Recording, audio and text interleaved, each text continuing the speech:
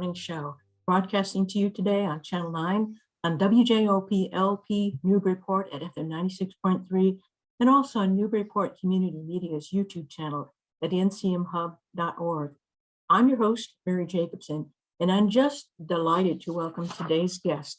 Tim Madigan is here to preview his appearance at the end of April at the Newburyport Literary Festival, which is going to feature his critically acclaimed and best-selling book, The Burning, the Tulsa Race Massacre of 1921, which is considered the definitive account of America's worst episode of racial violence and was also a New York Times best-selling book.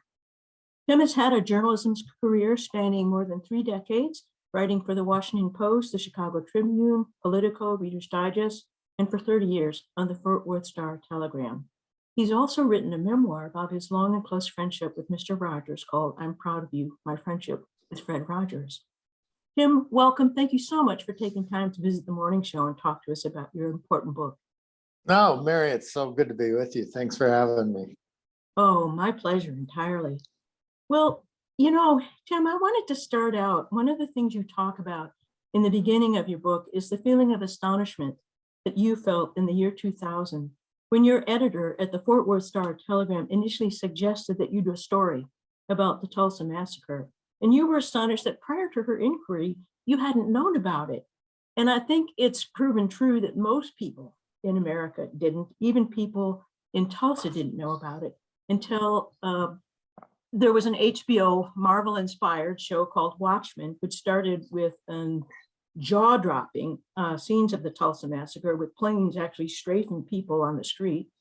And then also the former president also had a big rally in Tulsa in 2020 that also brought a lot of attention to it. So Tim, what lessons have you drawn from Americans' widespread and longstanding ignorance about this stunning and brutal act of racial terrorism? Well, I think that's a really important part of the story. How I learned about it, how I had not known about it until that day, and that really life-changing day in the winter of 2000. For a number of different reasons. One is Tulsa is one thing. For such a horrific event to be unknown throughout for essentially the century after it happened is just one of our history's great conspiracies of silence and a great example of cultural amnesia. And it really is a very tragic and interesting story about how that came to be. But I think that in a broader sense, I was born and raised in a little town in northern Minnesota where there were very few Black people, and issues of race just weren't on my radar screen essentially until that day. And through the newspaper piece that I subsequently wrote about Tulsa, and then the burning, I basically introduced myself to this issue for the first time, and it absolutely changed my life. And but it's important to think that I am typical, that because these issues were not taught in our schools, were not discussed, that most people, especially most white people, do not or have not known about our history. And one of the things about Tulsa, as terrible as it was, that it was not some historical anomaly. It was completely consistent with what was going on in our nation at the time, and unique only in its magnitude. And so, and learning this history for the first time as a 40-year-old man changed my life. I think it deepened my sense of compassion. It deepened my sense of curiosity about people who are different than me. And my hope was, when I wrote and published the book, and it was first published in 2001, that many other white people especially would have the same experience that I did. When they learned about Tulsa, not only learned about Tulsa, but learned about the context in which Tulsa happened, that their eyes would be opened and their hearts would be changed. And I'm very happy to report that, especially in the last few years, when the book has found a much wider audience, that seems to have been the case. There has been, I've talked to many, many different people over the last few years about, A, their shock and horror that something like this had happened, but B, they're kind of these personal epiphanies that they seem to be having around race as a result of learning the history. And that is why I think that for this to have been so caught up in recent years over issues like critical race theory and et cetera, is so tragic, because learning the history is not, it's painful, but it's life-giving, and it deepens us as a people. It doesn't, we get so caught up in the sense of a zero-sum game. And so I think that my experience with the book is very important. And I've always said that the target audience for this book is for white people, even though Black people, I think, appreciate it too. Well, thank you for that, Tim. I mean, your book sets the context, as you said, both for what was sort of totally understandable about why it happened. And I'm going to ask you more about that in a minute. But I think that the importance of the history, the knowledge, it's not just the knowledge. I don't think we'll ever become wise without history. That's correct. And we all, especially, white people, we have had a very limited history of the United States. And I mean, I grew up in a small town in Michigan, and there were very few African Americans around. And so when I read about your experience, which you talk about in northern Minnesota, I totally related to that. Of course, my family moved to Virginia, and that changed the picture somewhat. But it's stunning to learn that we know very little about such significant parts of our history. So I'm very appreciative of your telling this important story in The Burning. You set the stage in the book for why this mob violence happened in Tulsa and in 1921. And I hope you could talk about how you set the stage for two distinct contributing elements to the place and the time. One was that Tulsa was an oil boomtown at the time. And the other was that Tulsa was also the site of the neighborhood of Greenwood, or what was known as Black Wall Street. So you had these two simultaneous historical developments going on. Could you tell us what kind of volatile mix this created that's part of the backstory of the Tulsa Massacre, Tim? Well, I think I say in the book that Tulsa in the late spring and early summer of 1921 was like a pile of kindling waiting for a match. And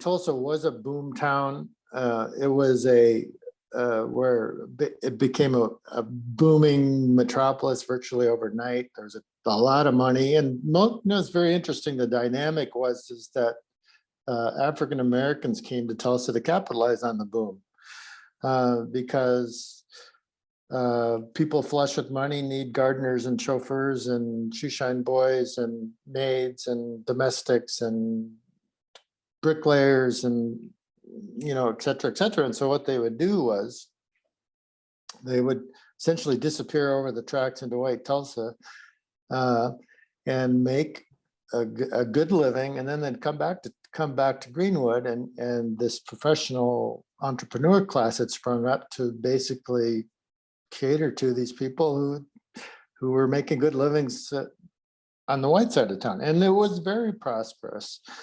It had its issues as a society, as any societies do, but there were restaurants and newspapers and lawyers' offices and grand hotels and great schools and many churches, and it was really wonderful community.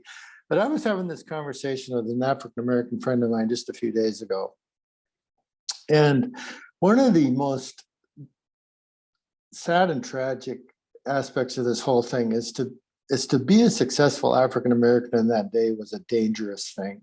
Yeah.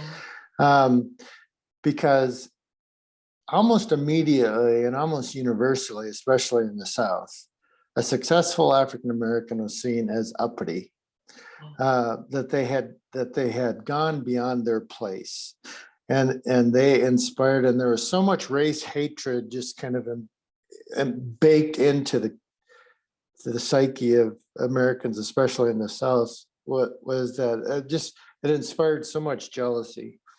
And so there was this thing about how people would look across the railroad tracks into Greenwood, and they would see these in this prosperous community, and there was this jealousy that was growing and growing and growing. And so it was a very volatile mix. Obviously, it's much more complex than that. But jealousy was a big part of what happened. And there's a whole desire, this whole sense of wanting to keep African Americans in their place. And once they had stepped outside of that place, then in some respects, and part of the deal, part of the thing in Tulsa is what happened is there was a large group of African American men who were unwilling to let the lynching of a Black person happen. This boy who was accused of assault, probably wrongly, were unwilling to let that happen in their town, and they armed themselves, and they were determined to stand up for themselves, and that led to an incident at the courthouse. But once that happened, the African American kid who had been arrested became an afterthought. White Tulsa was enraged by the notion that these group of African American men could and would stand up for themselves. And so then it took on a whole different thing. And by 5 o'clock the morning of June 1st, thousands of men and women actually, and young people had armed themselves, taken up jugs of kerosene and torches. And early that morning, there was a signal that the attack began, and by a couple hours later, Greenwood looked like Hiroshima. Yeah. Your book does an excellent job both of setting the stage, as you just did, and then also describing the really horrifying aftermath. I forget who was it in the book who says this, maybe you'll remember, but at some point, one of the commentators says, white people are always saying to African Americans, pull yourself up by your own bootstraps. But then once they do, they have to be knocked down. So it's really a no-win, and that volatile mix of, any amount of prosperity on the behalf of African Americans. Then the word uppity, you just used it, and it comes up in your book a lot. Uppity is bad and it's wrong. And if you're uppity, kind of a prevailing notion of those who feel the jealousy is that you must be knocked back down. And then the mob violence that day just was like, as you describe it in the book, and as you just referred to it, it's like kindling, like a contagion that just spreads and spreads. Right. That's exactly right. And, those were, and thank you, Tim, for describing two of those, particular features historically of what was happening in Tulsa. But I was hoping that you could also talk about your thoughts about what wasn't any different in Tulsa, but what Tulsa's massacre was revelatory of in our psyches and in our American history.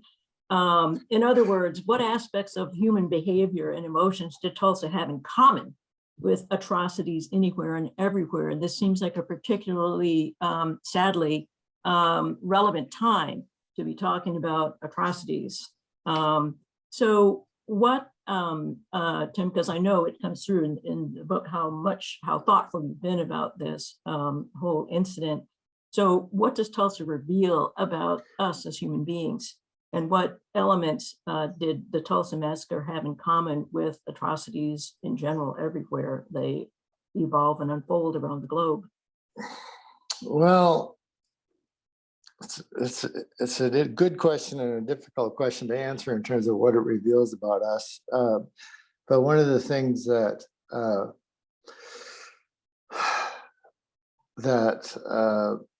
there was a newspaper. There was a newspaper war in Tulsa going on at the time, and one of the papers had used basically race hatred as a means for attracting subscribers. And when Dick Rowland, this guy we were referring to earlier, was arrested, again erroneously, I think, and accused of assaulting a young or a white girl. One of these papers looked to capitalize on it with a headline that said on the front page, and this has disappeared into history. I mean, everybody remembers reading it, but it was completely ripped out of libraries and stuff. So I think you'd make a lot of money if you could find a copy and give it to the Historical Society. But the headline said, "To lynch Negro tonight." And within hours of that hitting the street, hundreds of people had gathered around the courthouse, either to participate in the lynching or to observe it. Because one of the things that I found most horrifying was that lynching had become something of a spectator event across the South. I mean, women would get dressed up in their Sunday best and pack picnic lunches and take their children to watch these things happen in the courthouse square. And this happened over and over again, across the South and in some cases in the North. I mean, this isn't an exclusively Southern phenomenon, unfortunately. And it is just kind of mind-boggling to me that this would occur. But what about the people who didn't participate? I figured it, we did the math in a very crude way. The white mob was estimated to be about 10,000 strong that participated in this. Tulsa at the time was a city of about 75,000 people, and 10,000 of them were African Americans. So you do the math, that's 65,000. You figure roughly half of the population is going to be children. So if the math is essentially correct and the mob was indeed that large, that means 1 out of 3 white Tulsans participated. Yeah. Well, what about the ones who didn't? And that in some ways they're complicit as well. And I think that one of the very important parts of this is there are heroic white characters in this book, including the sheriff who's protecting this prisoner, including the white construction company owner who had employed many people and was just absolutely appalled by what happened.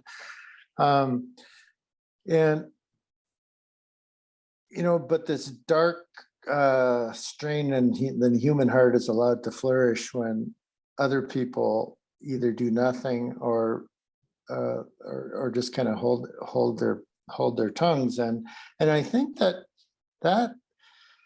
recent events, I think recent history has shown that dark shadow in the human hearts still exists. And I mentioned this conversation with an African American friend of mine who was telling me what it was like for him as a Black man in Fort Worth, Texas, and in the late 1970s. And the stories he was telling me were just horrifying. And that's 30 or 40 years ago. But and the other thing he said to me was, it breaks my heart that I had to have the same conversation with my kids about encounters with law enforcement officers as my parents gave with me. And he said the environment of the last several years has emboldened racism and then has encouraged racial violence. And so that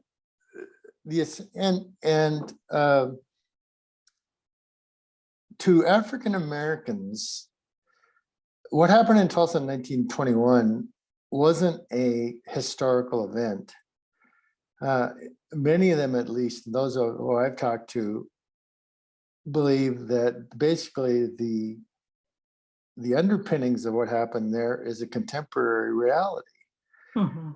And to the extent, I have to agree that we've progressed, and I think maybe the percentage of people that engage in such behavior is probably smaller. Mhm. But it is contemporary reality, and one of the reasons that it is that we have not come to terms with this history. Yeah.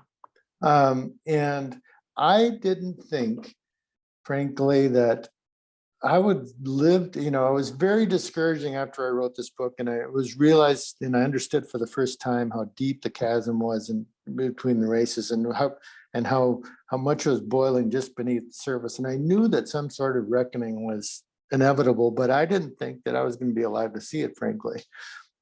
So as painful as it's been in the last few years, I'm very encouraged that there has been a reckoning of sorts. But one of the reasons I'm convinced that